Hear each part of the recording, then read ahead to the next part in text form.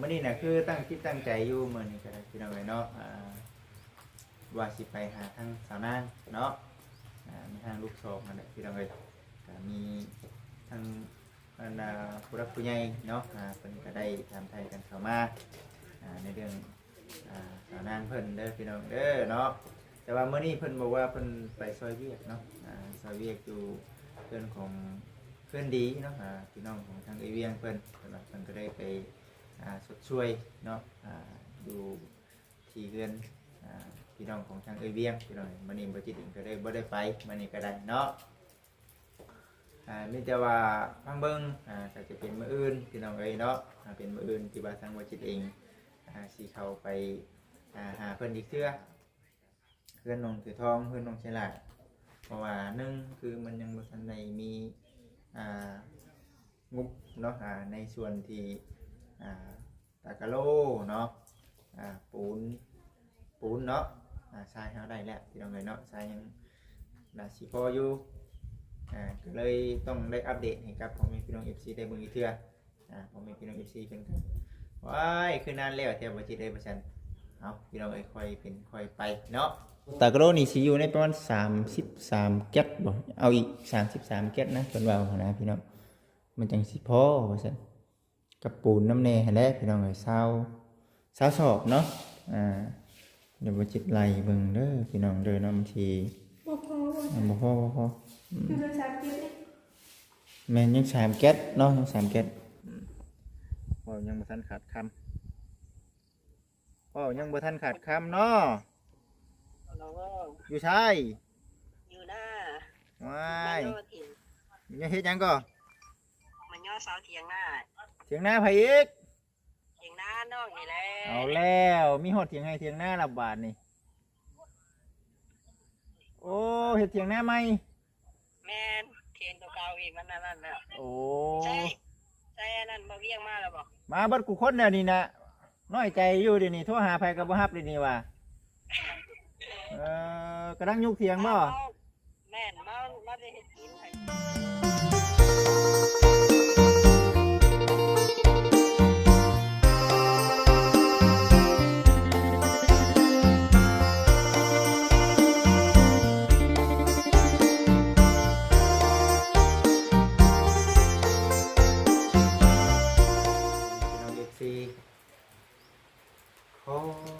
ทักทายสบายดีเด้อกับสบายดีสวัสดี FC เบิดสุขสู่คนทางฝั่งลาวฝั่งไทยทางต่างประเทศพี่น้องเอ้ยพอกับทางบ่จิตคือเก่าอีกเช่นเคยมื้อนี้วันนี้เด้อเนาะว่าสิมาอัปเดตเนาะในเรื่องของทางบ้านน้องสือทองน้องแชล่าให้กับพ่อแม่พี่น้อง FC ได้เบิ่งได้ชมมื้อนี้น่ะคือตั้งคิดตั้งใจอยู่มื้อนี้ก็ได้พี่น้องเอ้ยเนาะว่าสิไปหาทางสาวนางเนาะมีทางลูกสองนั่นแหละพี่น้องเอ้ยก็มีทางผู้รักผู้ใหญ่เนาะเพิ่นก็ได้ถามไทยกันเข้ามาในเรื่องสาวนางเพิ่นเด้อพี่น้องเด้อเนาะแต่ว่ามื้อนี้เพิ่นบอกว่าเพิ่นไปซอยเวียกเนาะซอยเวียกอยู่เพื่อนของเพื่อนดีเนาะพี่น้องของทางเอเวียงเพิ่น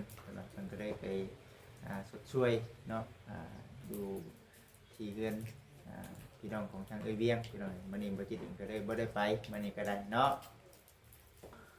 มีแต่ว่าฟังเบิ่งก็จะเป็นมื้ออื่นพี่น้องเอ้ยเนาะเป็นมื้ออื่นที่ว่าทางบ่จิตเองสิเข้าไป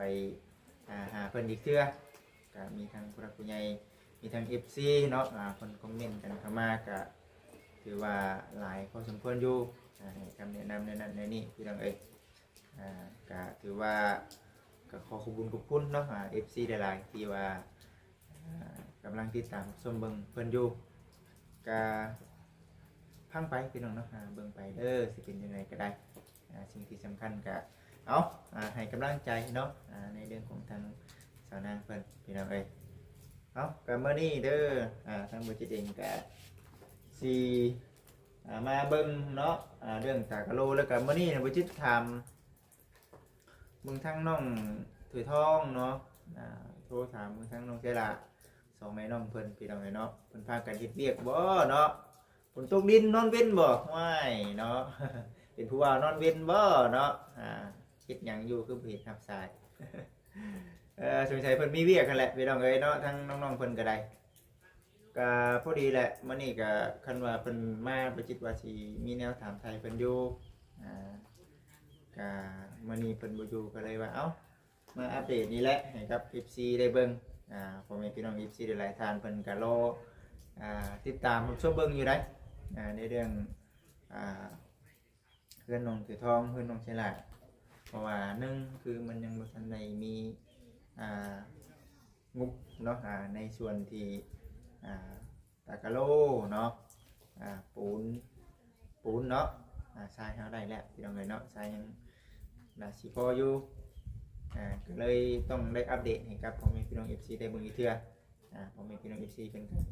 ว้ายคือนานแล้วแท้บ่จิได้บ่ซั่นเอาพี่น้องเอ้ยค่อยเป็นค่อยไปเนาะค่อยเป็นค่อยไปเพราะว่านี่คือจะเป็นงบเนาะที่ทางแม่เพิ่นซอยอ้ายแล้วยังซอยน้องแน่ก็เลยคือเฮาเว้าแน่พี่น้องเนาะเงินกำแก้วหายากเลยพี่น้องเอ้ยเนาะบัดซื้อนี่เบิดไว้พี่น้องเอ้ยเนาะเขาห้านบ่พอที่เท่าใดเบิด นั่นแหละทั้งแม่เพิ่นก็เบิ่งอยู่ติดตามให้ทั่วถึงอยากให้ทั้งน้องๆเพิ่นเนาะพอได้มีบนพักบนเช้าประชันนะพี่น้องอยากถามมึงทั้งน้องๆเพิ่นนำมื้อนี้ก็ได้มีแนวถามน้องเพิ่นว่าสิเฮ็ดจังได๋ต่อประชันนะพี่น้องแต่ว่าน้องเพิ่นบ่อยู่เนาะก็พอดีมาทำกันกับทั้งสาวมีนาเพิ่นนำพร้อมพี่น้องเองเนาะจะใช้ทางสาวมีนาเพิ่นจับกล้องพา FC งานเวิร์นมาพี่สาวมีนาบาดนี้มาทักทายสบายดีครับFC เพิ่นพร้อมเนาะแท้ๆสบายดีเนาะว่าสิไปหาสนางน้ำเนาะก็เพิ่นบ่อยู่บ่เพิ่นไปซอยเวียกเพิ่นได้เวียงพี่น้องมื้อนี้ทางทีมงานก็เลยบ่ได้ขึ้นไปเด้อพี่น้องเด้อมื้อนี้เด้อบ่ทุกคนนั่นแหละบ่ได้ขึ้นไปพุ่นแหละเดี๋ยวเพิ่นได้เวียกรายงานพุ่นแหละจังสิขึ้นไปเพราะว่าเป็นครั้งที่2เนาะของทางสามีนาอีกจักหน่อยก็เกี่ยวข้าวเกี่ยวน้ำได้พี่น้องเอ้ยเนาะได้2 มื้อ 3 มื้อได้เกี่ยวข้าวแม่นคือทางบ่จิตเองก็และญาติเวียกญาติงานคือกันบาดนี้ก็ได้หาเงินเก่งๆมีเงินจ้างคนเกี่ยวกับสิเกี่ยวไปน้ำพี่น้องพอได้ยูดเฮงเวลาเฮาให้เฮามีเวลาในการถ่ายคลิปแน่เนาะมันจึงคนรถคนลาแล้วพี่น้องเอ้ยเนาะแต่ละเดือนก็เกือบบ่ทันนี่ เกือบบ่ทัน2 เดือนได้บ่ทันนะแต่ว่าเดือนนี้บ่ทันเงินขายเครื่องหั่นแหละพอได้เงินขายเครื่องพี่น้องเอ้ยเนาะเตรียมใส่กันน้ำพร้อมคือว่าแน่แหละช่วงนี้ก็เรื่องยอดวิวเนาะก็บ่ค่อยปานใดเด้อพี่น้องเด้อเนาะเดี๋ยวนี้ก็โอ้ยเนาะเป็นกำลังใจให้เข้ามาเบิ่งในไลน์นี่เด้อพี่น้องเด้อเนาะเดือนนี้ก็สิคือกันอีกแล้วเบิ่งนี่เนาะ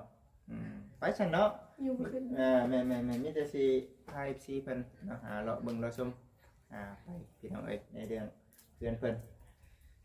ก็โรงงามเนาะก็โรงงามแต่ผู้ว่าเพิ่นนอนเว้นเบิ่งคักแล้วพี่น้องเอ้ยบ่อยู่เนาะว้าวแต่นอนเว้นเนาะข่อยไปเฮ็ดเวียกของข่อยอยู่บ่ได้หาเนาะนี่เด้พี่น้องเอ้ยเบิ่งเข้ามาเบิ่งทางในเนาะมันก็สินั่นนี่แหละสามีนายเอ้ย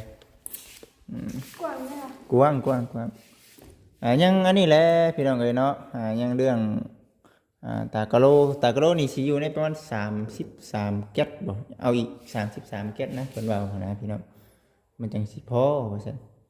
กับปูนน้ำแน่แหละพี่น้องเอ้ย20สอบเนาะ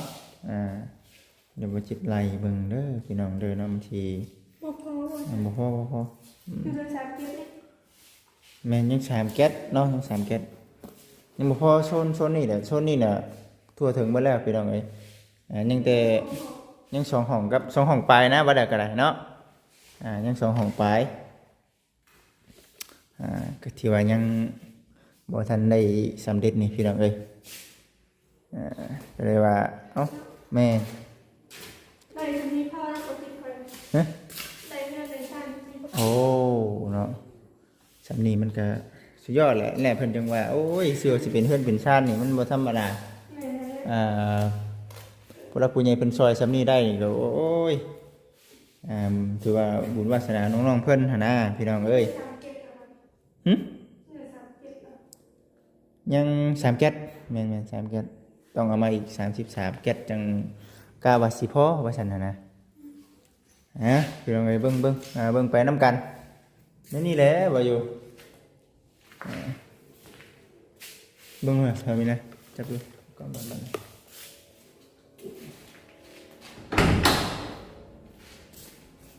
อันนี้เก่งปะ เก่งอยู่ จะเป็นบอนเนาะสวนเพิ่นพี่น้องเอ๋ยเนาะ มันเราดิ มันในอนาคตเนาะกันน้องๆเพิ่นมีเงินมีคำเพิ่นก็สิเกาะเพิ่นคั่วออกไปครั้งนี้แหละ แม่ คือเรื่องของทั้งน้องถือทองนี่คือเฮาเฮ็ดซำนี้เด้อพี่น้องเด้อเนาะเฮ็ดในเรื่องว่าปูตากะโลเนาะปูตากะโลแล้วก็ส่วนเฮือนครัวห้องน้ำเฮาว่าให้กับน้องๆเพิ่นเฮ็ดเองว่าหนึ่งคือน้องเพิ่นก็ยังบ่ได้มีครอบครัวเด้พี่น้องเอ้ยเนาะเพิ่นก็อยู่ไปน้ำพ่อน้ำแม่ไปแบบนี้น้องเพิ่นหาได้หานี่น่ะคือให้น้องเพิ่นสู้ๆนะพี่น้องเอ้ยเนาะอันนี้คือจากที่คุยกับทางพ่อแม่เพิ่นเนาะก็โอ้ยบ่คิดว่าซ้ำนี้ก็สมมาพาควรกับทางน้องๆเพิ่นนั่นแหละหาใส่บ่ได้อีกแล้วบ่คิดว่าหานะพี่น้องเอ้ยเนาะประตูก็ได้จะปิดเองบ่อันนี้โอ้ยมันก็ได้เป็นสีเงียบแน่เด้อพี่น้องเด้อมื้อนี้ก็ได้ก็เป็นตากะโลสีเทาเนาะอันนี้ดิ สีเทาเนาะแม่นบ่เป็นสีเทา สีเทาเทาอ่อนบ่ สีเทาสีหยังก็พี่น้องเทาก็มีนะ สีควันเบอรี่บ่ สีควันเนาะสีควันบุรีแล้วแน่เด้อบ่ได้เข้ามาแต่เหิงแล้วพี่น้องเนาะหนึ่งว่าหนึ่งถ้าหากว่าบ่จิตมีงบบ่จิตยังสิว่าสิสร้างมาให้กับเพิ่นเป็นคนเฮ็ดเลยเด้นะพี่น้องบ่จิตเองก็สิได้มาอันนี้เบิ่งงานเจ้าของน้ำป้อมไปสินะแต่ว่าตอนทำยังทันมีงบพร้อมกันไปช่วยเหลือทั้งครอบครัวอื่นพร้อมแบบนี้นะพี่น้องเลยทางผู้รับผู้ใหญ่เพิ่นให้เป็นเจ้าพันบุญให้เนาะทางถึงซื้อเครื่องซื้อของมาบ่จิตบ่ได้คำว่ามีเงินน่ะบ่จิตบ่ได้เป็นขั้นเป็นตอนได้พี่น้องเลยแบบชื่อเบิดบาทเดียวแล้วนะชื่อเบิดบาทเดียวแล้วก็ให้เพิ่นเป็นคนเฮ็ดเพิ่นเฮ็ดไว้ก็ได้อยู่ไว้เท่านั้นบ่ได้ว่ามื้อนี้เอาอันนี้เด้อมื้อนี้เอาอันนี้เด้อว่าพี่น้องเลยมีเงินเนาะแล้วก็สั่งมาบริเวณรถให้เพิ่นเอามาบริเวณรถให้กับน้องๆเพิ่นเป็นคนเฮ็ดไปสร้างไว้เป็นกับน้องเพิ่นนะพี่น้องก็เดือนก็ขอขอบคุณ FC นะเนาะติดตามชมตั้งแต่บ่จิตทำหน้าที่เป็นสะพานบุญให้กับทางผู้รับผู้ใหญ่เพิ่นเฮ็ดเพื่อนน้องๆเพิ่นเนาะจนมาฮอดปัจจุบันนี้ FC เพิ่นก็คอยเบิ่งคอยชมอยู่สิไปเฮ็ดฮอดขั้นตอนไหนแล้วว่าซั่นน่ะพี่น้องเฮ็ดฮอดใส่แล้วว่าซั่นน่ะกันมาแล้วนี่คือสิโอ้ FC คือสิดีใจเด้ FC คืออะไรเนาะพี่น้องเอ้ยเอาก็เบิ่งไปพี่น้องเอ้ยเนาะก็บ่มีหยังนะพี่น้อง อัปเดตดิ อัปเดตแล้วนี่เนาะ คนมาอยู่ดิ คนมาอยู่เด้จะมาเข้าบ้านนี่เด้พี่น้องก็ตัวนี้บัดนี้มั้ยน้องมีนามาที่เด้อเป็น เราปล่อยปลาบ่ ปีนี้บ่คิดว่าได้ปล่อยเลยพี่น้องเป็นไม้นะ ใหม่ยังน่ะ เป็นเศษไม้เลยพี่น้องเนาะสามารถเฮ็ดนั่นเฮ็ดนี่ก็น่าจะได้อยู่ได้นี่เนาะเฮ็ดของแป้บ่จะได้คือกันเนาะน้องเพิ่นบ่อยู่พี่น้องเอ้ยมื้อนี้น่ะเนาะบ่อยู่โทรหาไผก็บ่รับโอ้ยน้อยใจแล้วบัดนี้เนาะคิดจังได๋เด้พี่น้องเอ้ยน้องๆเพิ่นบ่รับสายบัดนี้คิดน้อยใจเป็นอยู่บ่เนาะ อยากหยอกน้องๆเพิ่นนั่นแหละพี่น้องเอ้ยเนาะเอ้ยเนาะน้องบ่ได้น้อยใจจะน้อยใจเด้อบ่ได้หาบ่มีหยังสงสัยมีเวียกเนาะบ้านเนาะน้องชายดามีส่วน ของน้ำจากกะโลกับสีเนาะก็มามีสีปุ๊บนี่คือสีเจียมพี่น้องเอ๋ยเนาะเจียมอยู่มันจะเป็นอยู่ในส่วนต่างๆนี่ก็รอเบิ่งรอชมไปน้ำกันเนาะช่วงเมื่อก่อนเนาะบริจิตเองก็ได้ถามไทยเบิ่งทั้งดังหุ่งดังหัวน้ำแนวใหญ่หลายอย่างใดแนวพี่น้องเอ๋ยมันนี่ก็ได้ว่าเพื่อและจนกว่าทั้งผู้รักผู้ใหญ่เป็นมอบหมายงานเพื่อและจังจะได้เข้ามาใหม่สีเพิ่นก็ว่าบริจิตเอ้ยคือให้น่ะให้ตาไปแต่หึงแท้คือแบบนี้แหละพี่น้องเนาะเฮาบ่มีแนวแบบว่ามาแบบว่าให้น้องๆเพิ่นเฮ็ดนะ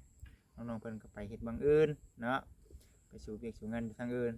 พอเฮามีแนวให้น้องๆเพิ่นเฮ็ดน้องเพิ่นก็อยู่เพิ่นอยู่ซ่านแหละบ่จิตเองก็สิได้เข้ามาเด้อแบบนี้นะช่วงนี้บ่ค่อยเห็นบ่จิตเข้ามาค่ะนั่นแหละจังว่ากันบ่ยังบ่ทันขาดคำยังบ่ทันขาดคำเนาะ เราก็ อยู่ใช่ อยู่หน้า ว้า มัน ย ย่อถิ่น ยังเฮ็ดหยังก็ มันย่อเสาเถียงหน้า เถียงหน้าไผอีก เถียงหน้านอกนี่แหละ เอาแล้วมีฮอดเถียงให้เถียงหน้าละบาทนี่โอ้เฮ็ดเถียงหน้าใหม่ แม่นเทียนตัวเก่าอีกมันนั่นแหละ โอ้ ใช่อันนั้นมาเวียงมาแล้วบอก มาเบิดกูคนแล้วนี่นะน้อยใจอยู่เดี๋ยวนี้โทรหาไผก็บ่รับเดี๋ยวนี้ว่ากำลังยุกเถียงบ่ แม่นมาได้เฮ็ดกินให้ อย่าแล้วสามีเวียกแนวว่าสิเว้านำอยู่หักเข้ามาทางนั้นมีเวียกก็บ่เป็นหยังบ่เป็นหยัง บ้านอยู่ค่ะว่าสิเมื่อก็ บ่ หากันแล้ว โอ้ผู้ใดเฮ็ดเวียกก่อนก็ได้น้องๆเอ้ยคือคนหลายแท้สิดอกบ่ยากดอกมื้อใหม่ก็ได้ทั้งไงนะมื้อใหม่สิเข้ามาอีกเฮ็ดเวียกก่อนก็ได้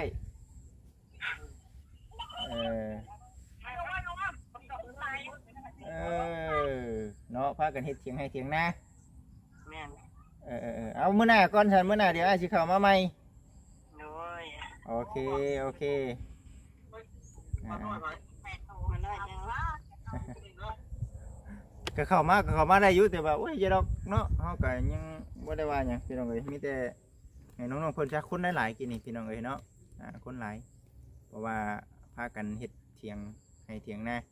โอกาสน่ะบ่จิตสิเข้ามาถามไทยเบิ่งพี่น้องเอ้ยเนาะมื้ออื่นมื้อฮื้อก็จังว่ากันไปเดี๋ยวนี้บ่จิตเองก็เฮ็ดเฮ็ดเวียกไกลทางมาทางนี้อยู่สิเข้ามาถามไทยก็พอดีว่าทางทาแม่เนาะให้ทางบ่จิตเองได้ฝากนะครับฝากคำว่ามาให้ FC มาให้บ่จิตเองได้มาถามไทยเบิ่งทางสังเกตแต่ว่ามื้อนี้เพิ่นบ่ว่างมันคนหลายเนาะกินต้มเป็ดต้มไก่พุ่นแล้วเบิ่งครั้งแรกพี่น้อง ย่อเสาเที่ยงเลย ย่อเสาเที่ยงนะเนาะโอ้ยเอ้าก็สิประมาณนั้นแหละพี่น้องเอ้ยเนาะบ่มีหยังหลายมื้อนี้ก็ได้มานำมื้อนี้ก็ได้เนาะมาด้วย มานำนี่เนาะ พกเมียมาน ผมเมียมานำเนาะพุ่นแล้วทางนั่นก็จะเป็นเบิ่งดูไปเบิ่งคอกเบ้น้องเพิ่นก่อนเด้อน้องจ้อยเพิ่นก่อน ำหักเนาะแม่คนน่ะ ห ยำจะเบิ่งในวันจิต คอกเบ้บ่ ค่อยไปเอามาเลี้ยง โอ้ยจะบ่มีเวลาเบิ่งมันฮะ เพราะมันแพงเลยล่ะ แพงนี่เห็นบ่เวียงว่า ตัวหนึ่งเนาะ แม่น ราคาเดียวกันเลย เบ้ก็อยากแพงนี่ดิเดี๋ยวว่างัวเนาะเอางัวบ่จังว่ากันพี่น้องเอ้ย แม่แบบเดียวบางทีมัน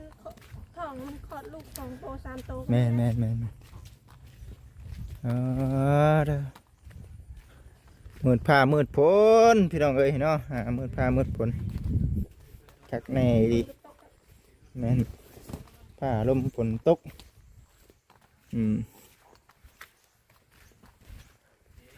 ขอทางไหนนะ มีปุงมีเป็ดน้ำอีกแน่นี่เนาะอ๋อคือไปทางนั้นนะ มันมาได้อะไรเพื่อนมันไงมันยังมันลายโตไปชิบปล่อยติดปัญญานี่เลยเด้ เอาแล้วเนาะ ตั้งคุณมันคากันนาเด้ โอ้จักตัวแล้วนี่ หากได้7 ตัว 7 ตัวนี่เบิดเท่าไหร่แล้ว หากเบิดมันปลาย อ๋อตัวหา6 ล้านเฉพาะเบ้